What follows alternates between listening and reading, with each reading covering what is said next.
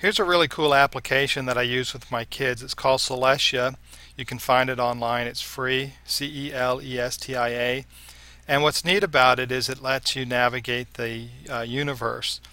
And so, for example, here's the planet Earth, and I can use my mouse. So if I right click, I can rotate around the planet and look at things. And what's really cool about it is it's based on the actual time, so it's where the sun's position actually is. I can zoom in and out with the scroll wheel. I can click and drag the planet around. So it's a neat way to look at that. The other thing is, if I scroll out, you can see here's the moon that came in the picture. So I can right click on the moon, and then I can go to the moon, and it'll actually zoom in here. Then I can zoom in or out on the moon and look at this.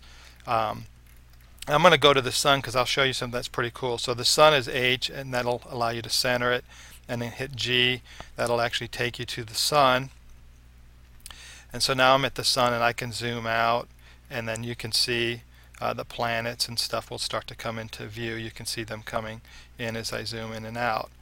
And what's really neat with this particular application, one is there's spaceships and all these things that you can bring in, these models, and bring in and actually make movies. But if you go to the render option here, there's view options, and I can select orbits, and I hit OK. Now I've got all the orbit paths for the planet. So let's go ahead and see what that looks like. I'm going to zoom out a little. So you can see here the orbit paths for the planet. You can see how massive our solar system is in relationship to everything. So there's the sun. We're the third planet, so we're going to go 1, 2, 3. This is Earth. And any object, I can just right click on it, and then I can get information about that.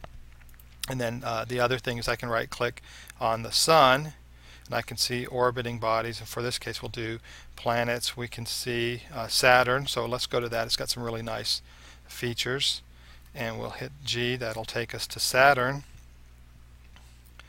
And then you can see, I didn't realize with these orbit paths prior to this just how many things are orbiting Saturn. That's actually pretty impressive. But what's really neat about that is then you can see Saturn's rings, and you can scroll around and look at the planet. So it's a neat way to explore the universe, and you can keep scrolling out, and you'll actually get to the Milky Way and see some of the other objects that they've captured out there in space. So I hope you enjoy the program.